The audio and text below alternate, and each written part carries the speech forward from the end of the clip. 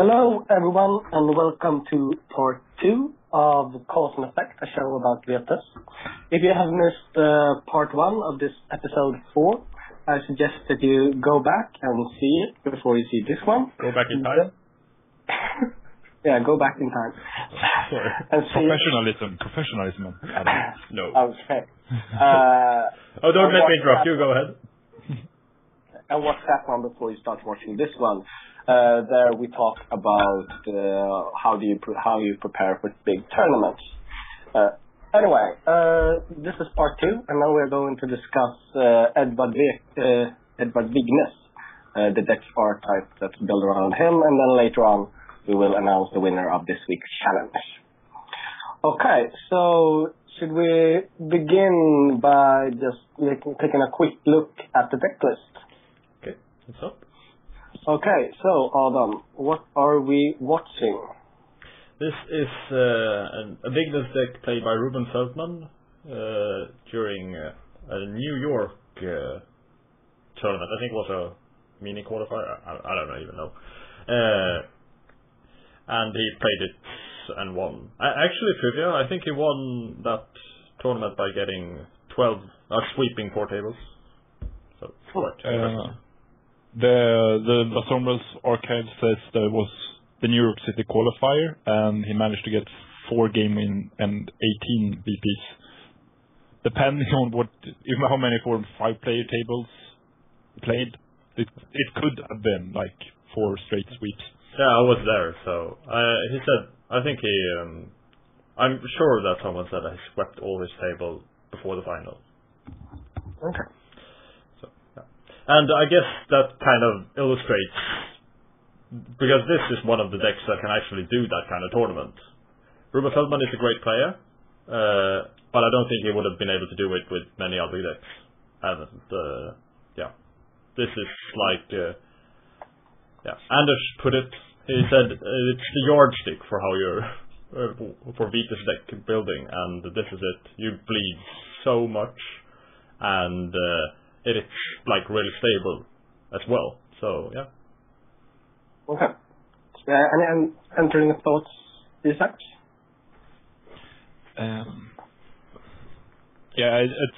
It's just the definition of of stability in a deck. I think maybe the monster decks with Axinia are more stable than this is, maybe, but this is very, very stable.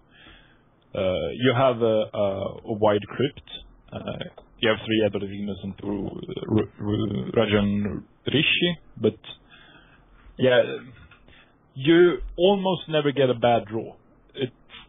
As long as you draw at least 1 govern in your starting hand, or maybe 2, you're set. It doesn't matter what happens really. Okay. It's very versatile also. Maybe it doesn't look like it, but it's very, very versatile. Okay, then maybe we could bring up Governor Line and Edward Vignes, and we can explain or talk a little bit about those 2 cards. Adam, Edward Vignes, what does he do and how? He himself is not like it's not that he has a special discipline combination or like a special card text ability that makes him this good. He is simply like a small enough vampire that you can start this govern superior chain with. Like you start with a big cap vampire, which is 6 in this case, and you use govern conditioning or govern. Sorry. They're kind of associated in my head. Yeah. You use govern on a cap 5 and the cap 5 uses it on a cap 4 and so on. You can't start that with a cap 5 because there are not enough cap 4s which superior dominate. So cap 6 is like the best number to start with, and he has superior presence for magicry and he has superior dominate for governs, and you only need inferior to play Fortitude Daring to Dawn. So his disciplines and his cap gives him that's what you play for, and then additionally you get his special, which is like a really good one, because that means you can burn dominate cards to constant rushes against him. So and that's the biggest problem, right? If it would be rush, but it's not a problem. Yeah, exactly. Dominate. You don't have a lack of dominate cards in this deck, so it won't be rush. But it also not only saves you against like the rush, it saves you from a variety of different strategies that can destroy your vampires again, like Spirit Marionette, Mind Rape, Temptation, Mind Numb, yeah. The only thing that special does not defend against, if you like, when on the subject of like minion denial, it does not save you against banishment. But for that you have delaying tactics.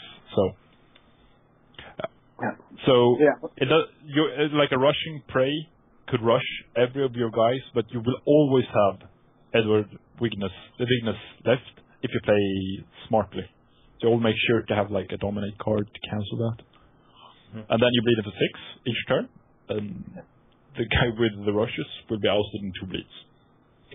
Okay, so Adam mentioned that this is a 6 cap, and he's the biggest vampire in this script because so it can make govern downwards, superior govern. So maybe we should look at the deck list and watch which are his friends. Well, interestingly enough, you actually, because of how the vampire Edward Vignes isn't actually like a special case. It's not a cortex thing you get to him. You don't get him for disciplines. There is actually a 7 cap in the script as well. Gratis Nostinus, who has superior dominator present and inferior fortitude, which is also fine. If you get Gratis in the crypt, he can play govern on Edward, and it's a good draw anyway. But yeah, he has lots of friends. Most you want dominate on all your vampires, and if they can get presence and fortitude as well, that's ideal. Isaac, what do you think about the crypt? Yeah, Edward Vignes and Rajan Rishi is obvious friends, and as Adam said, all 3 of them, because they are like the 3 most important vampires, Justice Nostius, Edward Vignes, and Rajan Rishi, because they have both superior dominate and superior presence. So you can use Mind Up with Stealth, and you can use Majesty's Untap to gain an additional action. So it's very important to have both those 2 disciplines at superior. But their card text, all 3 of their card text is good, and Edward Vignes' card text is really good. It's not that part that makes or breaks the deck. You could end up with another crypt, theoretically, that have like the same crypt average, as long as you have the same amount of superior dominate and superior presence on the same guy, and like the fortitude with that. So Ventre is obviously the way to go. Okay. Then we should talk a little bit about the other cards in the deck, the library, before we go into the specifics of how you play it. So, what cards are there besides Govern Down the Line? All of them. If you want, you can start with action cards. It's really interesting how the Mind Numb and Entrancement works, because those are not actions that you actually intend to get through. Of course, it's really good if it happens, but it's really good as well if you're blocked, because then you can play, if you're playing Entrancement on an ally, and you get blocked and you play Majesty, or if you Mind Up a vampire that's untapped, you can get blocked and you play Majesty, and then you can bleed. Both of these actions are in this deck for this reason. That's how it works in my mind anyway. And then after his out of weights and out of untapped vampires and allies, you use Govern and Conditioning to bleed for 6. And Daring is just for when you really need to oust someone. It's most of the time worth it to send a Cat 4 vampire in torpor. Okay. These cards that Adam explained, they cost a lot of blood, yeah? Because of Govern and Conditioning, and then maybe you play the Majesty before if you try to trick someone with an entrancement or something like that. How do you manage the blood, Isaac? Ruben made this deck is only like, it's the one Giant Blood, the one Jake Washington, and the one Coven. But this, you can also use the Blood Elves to gain blood. But this also comes back to how you play this deck. You play this deck very slowly. Like, I've seen people play this deck in the worst possible manner. If you net deck this deck, and you bring out, say, Edward Vignes, and you bleed to 6 the first thing you do, you will lose. Yeah. Most of the time. So you have to, like, how the blood works needs to be deduced from how you play the deck. So the first thing you want to do is bring the big Ventrue up, use Govern Superior, preferably 3 or 4 times. Then maybe you are at round 5 or 6, and in the meantime, use Mind Numb to slow your Predator down. It's especially good if you play a Predator plays high-cap vampires. And you stay with your guys untapped, use Deflection, use Delaying Tactics for defense, and if you have spare actions, you can go hunt to regain that additional blood. So game could, in the early game, gain 2-3 blood that you could use later on in the end game. And you want the other players to spend their pool. You want them all to go down to, ideally, 12 pool. And when all the other players are down to 10 to 12 pool each, just bleed them out, one prey at a time. Okay. And you use, like, the European stealth. And playing Dominate works very well with the European stealth, like the Pentex and a Troublemaker, because you have the seduction, so you get an additional block denial. And since you bleed for a lot with no stealth, that also works well with what, like, the block denying part of the European stealth package. Okay, Adam, do you have anything to add to the playing mechanics of the deck? Yeah, I think something that Isaac said earlier, like, this deck is so stable. And it's stable in a way that might be counterintuitive, I think. Because a big part of the stability is that you don't need to bleed every turn or every action to oust with this deck. You can actually hunt. This is like one of the few decks in the entire game that can take a hunt action. Because you can bleed for 6 with 4 or 5 minions the turn after. Yeah. So that's like stability, that you're allowed to be slow. You can wait for like a good opportunity and then bleed for so much like the turn afterwards. And I think this is how to define its stability. It can oust at any point. There is no, you cannot take a round in which you cannot oust, more or less. You can always get an oust with this deck.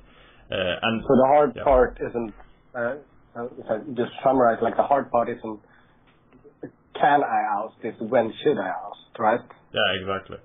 The blood management is really hard, and you want your the table to get low on pool, and you don't want someone to set up like a really good defense because they're afraid of you and whatnot. Okay. So and you try to be inconspicuous when you play. Mm-hmm. Okay. As fun as that sounds with Dominate, but yeah. Yeah. But the better your opponents are, the worse this deck performs. Because if you know what this deck does, you know, for one starters, you know that the initial govern the underline downwards is very, very important, or the initial 2. That's one obvious problem. Another thing being that you can expect how much tap and how much Pentex they do. If you face it, you can play a preemptive Pentex. Not that it's so much in your benefit to have a Pentex on your prey at this moment, but it makes sure that you can't get Pentex played on yourself.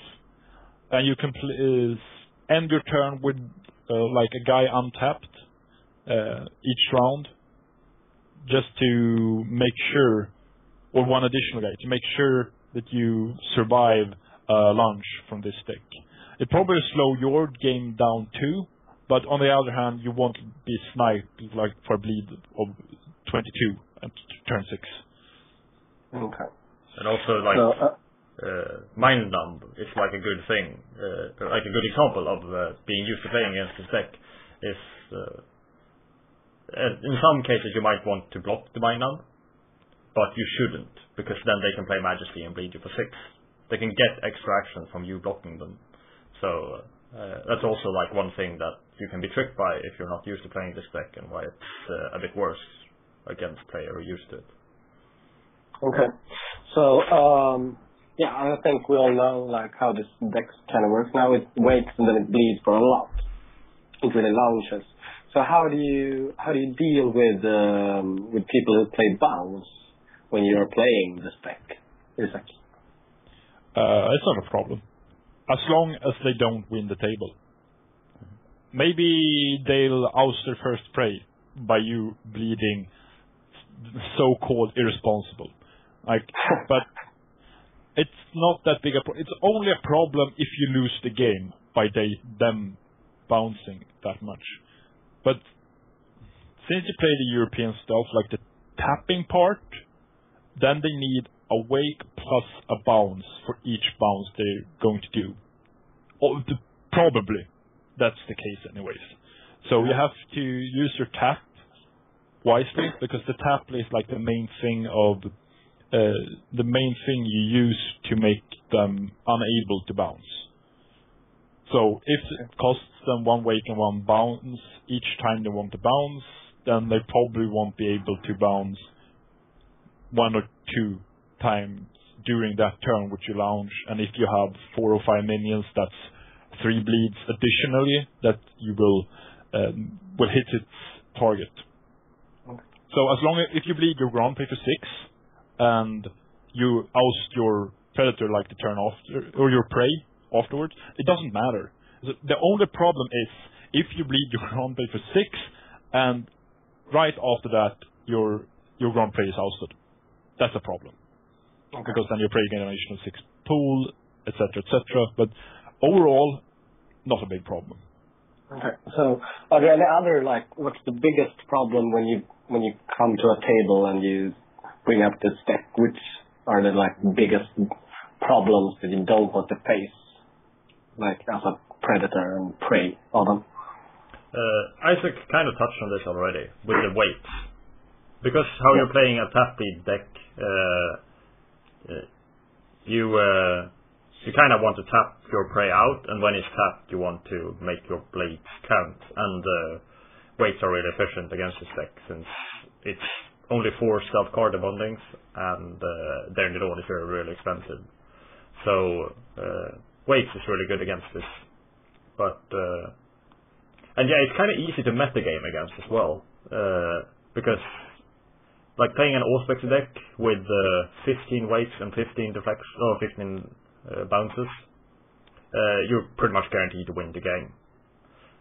Of course, I'm not saying that an Auspex deck like this is necessarily a good deck, but it's easy to metagame against. So that's what you're afraid against when you're when you're playing a Vignes deck.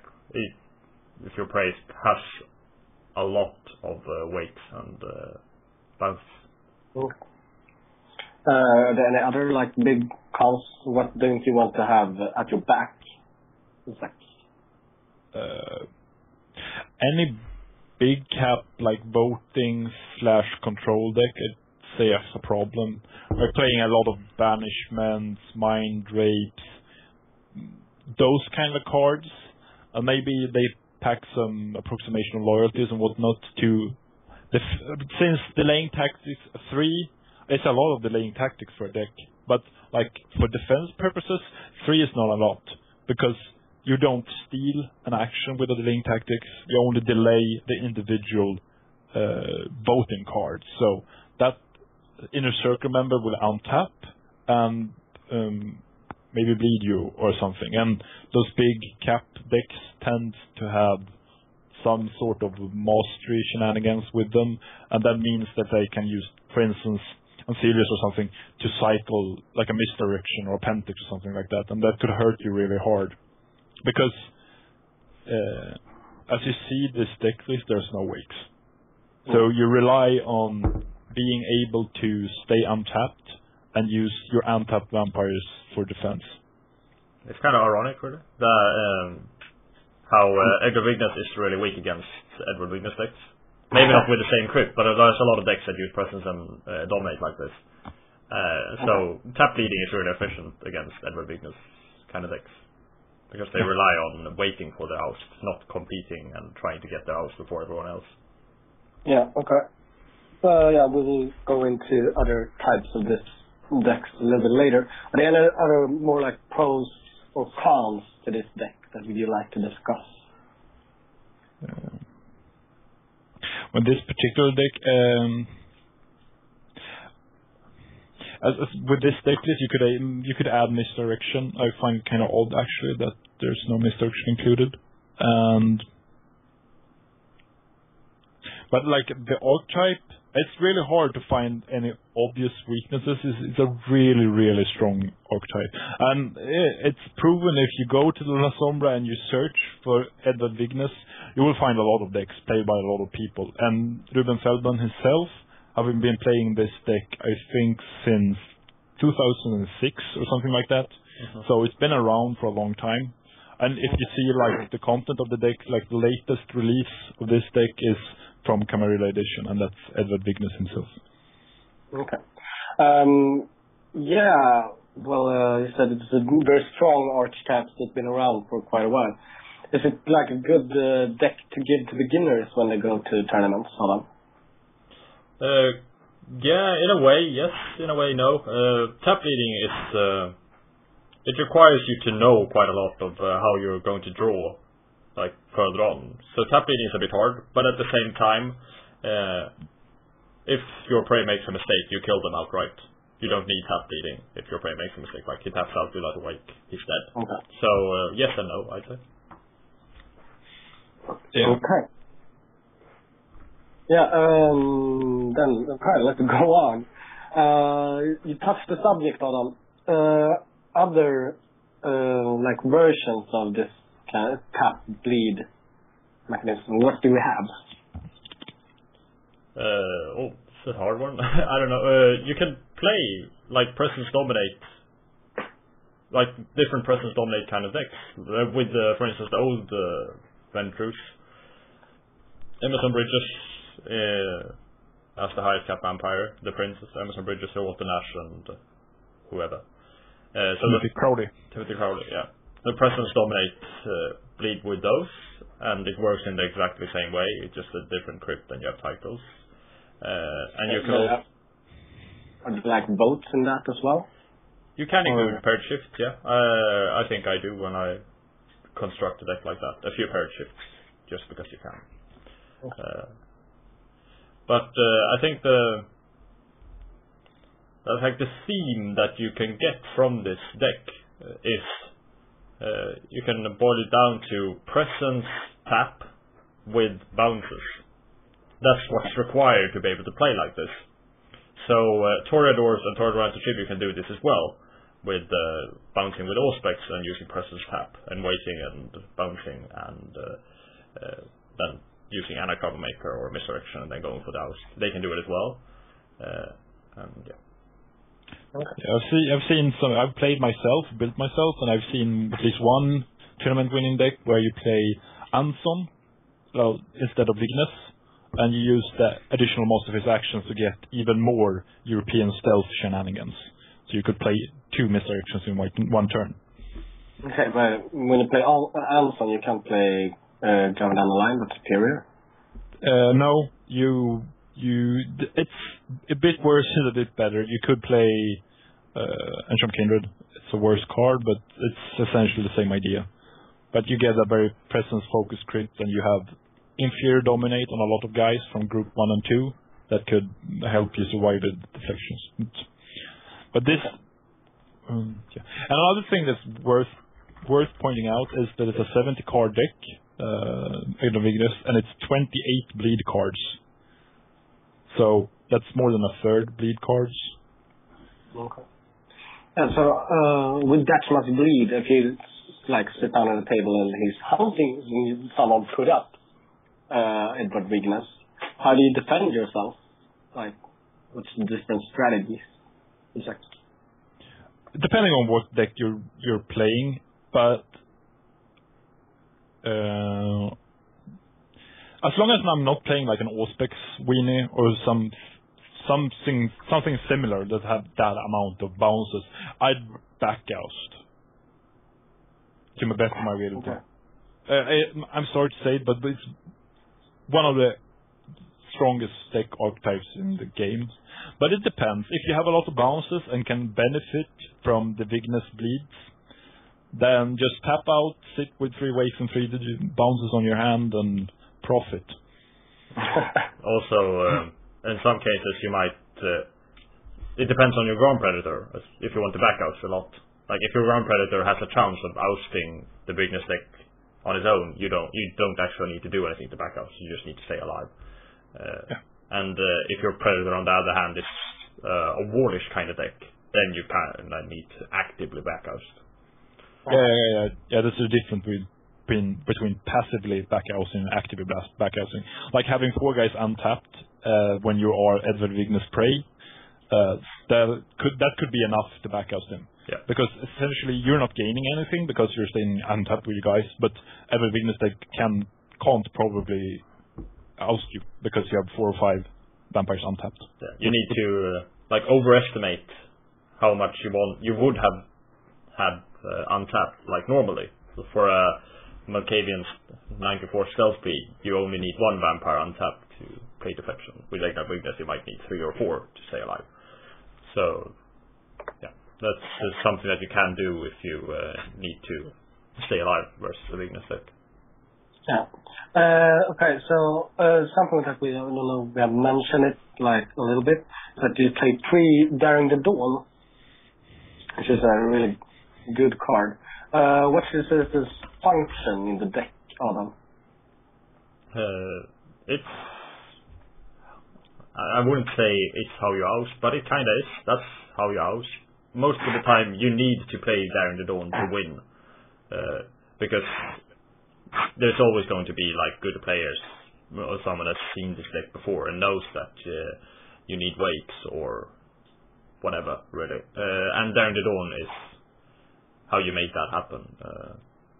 One of the interesting things with Daring the Dawn is that this allows other players from cycling cards, which is not possible in another way, in other ways with this deck, because Majesty gets you in combat and he can cycle the combat cards you want and he can get more reaction cards.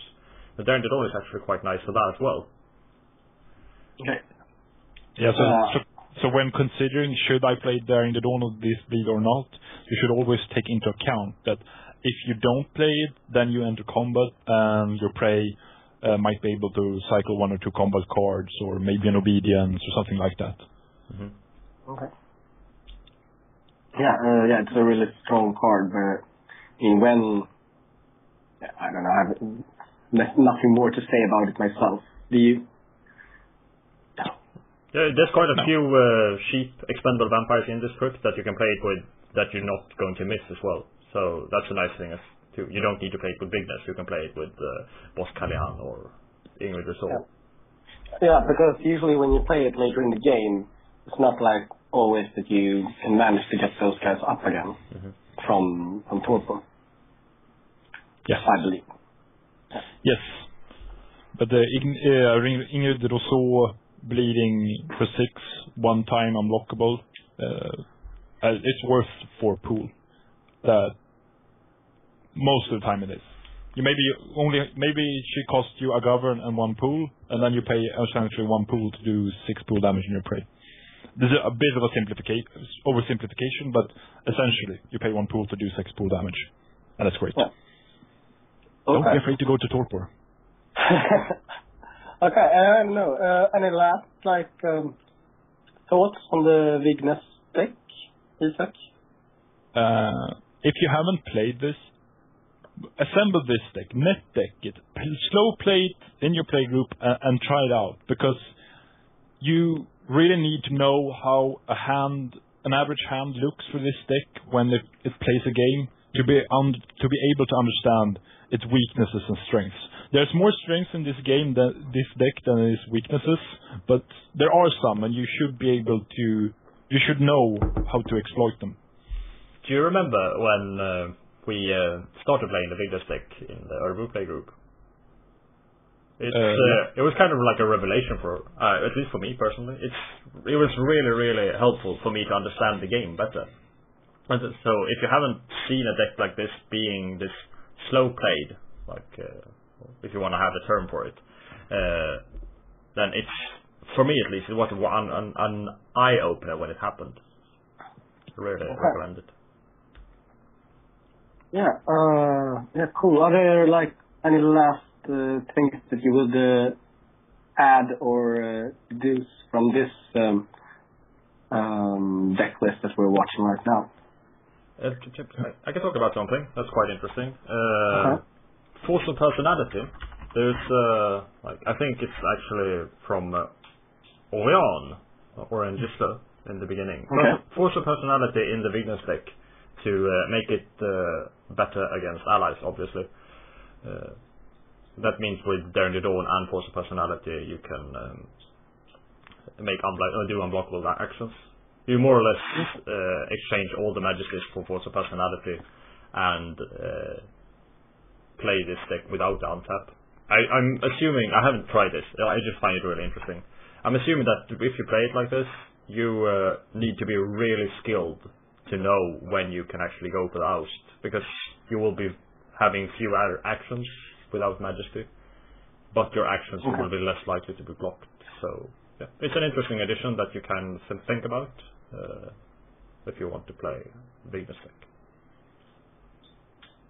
In fact,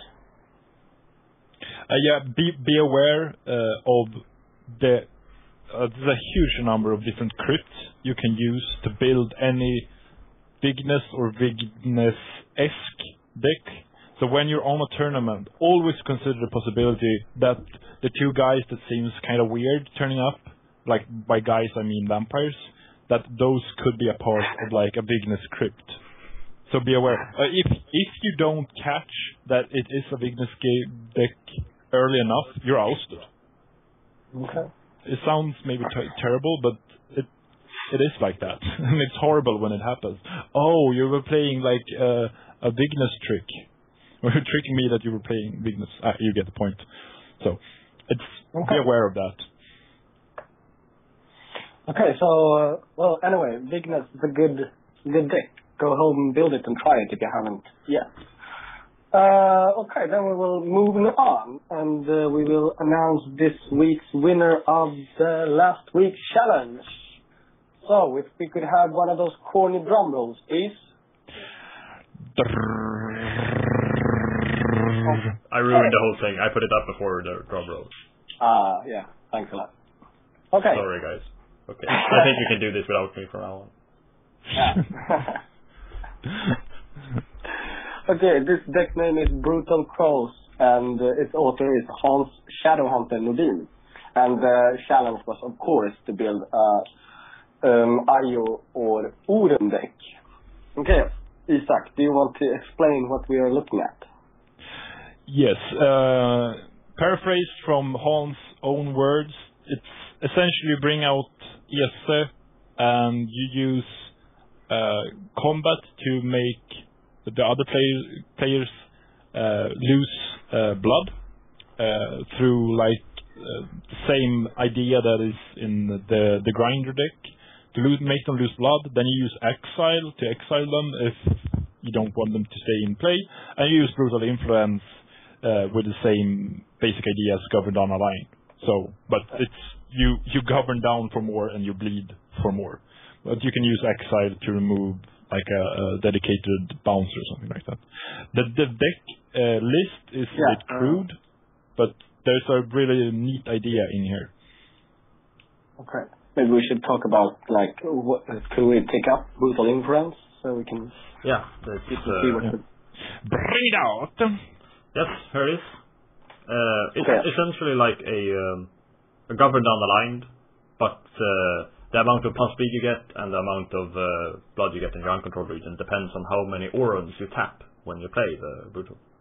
Or, yeah. And, it can be really strong.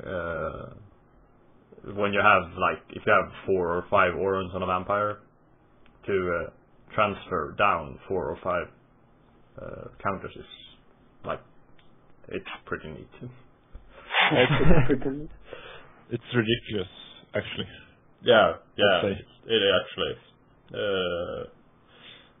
And as well, you can bleed quite a lot. I've seen Brutal Influence bleed for 8, and that's quite nice for only... It's 10 permanents in the deck, 10 Aurons, but for only playing 1 card plus 7 bleed is quite nice. Yeah. Okay, and maybe we should have a quick look at Exile before we go on as well.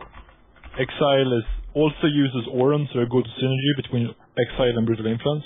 And you can use, on Superior version, you can tap the number of Aurons and essentially banish Vampire Imbued with that capacity, the number of Aurons times 2 capacity. So a younger vampire could exile an older vampire, which is the key difference between exile and banishment.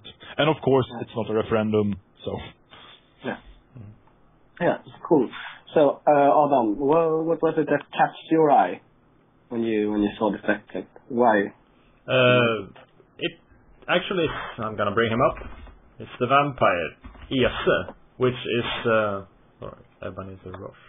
Yeah, he is in every other situation I've seen him like a really bad vampire. It's an 11 cap that does not have reliable multi-act. His no plus bleed. And no plus bleed. Yes, I found him. Well, he has his multi-act special. It requires that he does it successfully. Yeah, successfully performs a non-hunt action. Which is like inferior fortitude. Inferior fortitude multi-act is precarious at best. And Ese in this particular does not have 2 good actions he wants to do. Okay. You need, for his special to be used, I think it needs to be a stealth action, the first one. Otherwise it's just going to be blocked. So multi-rushing with his special is not an option. That leaves stealth actions that are like good to do throughout the entire game. Brutal Influence on Superior is an example of this, as well as Exile on Superior. Really good actions, and he can afford to pay the cost for them throughout the entire game. And when he's done one of those actions, he can bleed, and if it gets blocked, you use the combat. So it actually finds a niche where Ese, the Demon Prince, is a good vampire, and I think that's quite amazing. Okay. Zach, do you have anything to add? Yeah, that's one of the neat parts, and also it's a deck where I felt good when I saw it. Like, combat combined with exile makes sense. Like, rush someone, and even if you don't torporize them, say you play 1 Aid from Bats and 1 Carrying Crows, you do 6 damage to the opposing vampire, but it costs them an additional 6 pool if you exile them afterwards to bring that guy out. So this deck list doesn't have any rushes, I think, but you could add a few deep songs to get even better use from your exileness. And as I said, there are some cards in this deck list that feel a bit off, but you could, like, if you play this a few times and optimize it a few times, you could maybe not get a tier 1 deck, but so at least something that's good enough for some casual game or maybe a small tournament. Okay. Yeah, I thought it was fun as well. I like the ESA part of it. It's cool. And Case Nanaberuk, of course, as a sidekick. It's obvious. So, yeah, there are some weird choices. Not weird, but peculiar. I wouldn't make the same, but yeah, I think it's cool. Yeah. Alright, do we have anything else to add? Congratulations. Yeah, congratulations. Of course, congratulations. And celebrations. Yes, and hooray for all. Yeah, that's cool. And I have to say thanks everyone that keeps on sending decks. It's amazing that we get such good response, and we feel very proud and lucky to have you guys as viewers. It's awesome. Okay. Well then, Then we will challenge you guys anew, as I have mentioned earlier during this webcast. This week's challenge is to make a deck with a mixed crypt with mixed vampires and imbues, at least 4 of one of each. So yeah, go ahead and do that. It will be awesome. Adam, do you have any? What? Sorry, go ahead. Isaac, do you have anything No. to add to that challenge? I have actually never done this myself. I don't own that many imbues. That might be part of the the problem. But this is like Beatrice, the ones up on the screen now is like an obvious one. But I don't know what to add other than combining imbues with some sort of ally deck makes sense because both the imbues and the allies benefit from unmasking. That's like the first thing that comes to mind. I think it's like a lot of the cards. I get the feeling that when they designed the set Knights of Reckoning, they wanted this option to like be viable, or they like present a card that are supposed to be used like this. And I haven't actually seen anything that's particularly good, at least not much. So seeing something that could like inspire us as a community to go into this avenue could be quite fun. Yeah. The thing that I have seen is Beatrice decks with the one in the bottom. So while that could be fun, I would be more excited if I saw something with the other imbued vampires. Just as a personal thing. Yeah, as a side note, one could point out like the first version of Girls Will Find Inner Peace, or Will Find Your Blind Spot that Timo Sayoma made actually had 4 Beatrice in the crypt. So there have been some tries with the mixed crypt. And it's quite nice. She can bleed for 3 each turn with very good conviction. Yeah. Okay, so next week we will not be able to have a show because my 2 co-hosts will be at the EFC or just coming home. But so what are you like hoping for at the EFC? Isaac. For me personally, or for the EC as an event? Quick on both. Me personally, I want to win, or at least for the first time in my life, go to day 2. That would be awesome. But put myself to high standards. But the EC as a whole, I expect what's usually to be expected at the EC. A lot of people, a lot of VTES, everybody in a good mood and having a good time. Okay. Adam? Well, this is a chance of the year that you get to see, like, catch up with most of the people that you know. So that's going to be really fun, see everyone. And also, as Isaac says, it would be fun if I won, but if I can't win, at least someone I know, that would be fun as well. Yeah. So you can, like, share in the victory or whatever. Okay, cool. Yeah, and I should point out that you guys are going to bring a camera and a microphone and make some interviews. So when we come back in 2 weeks, we will have an EFC special where we will talk with some of the names and players and such.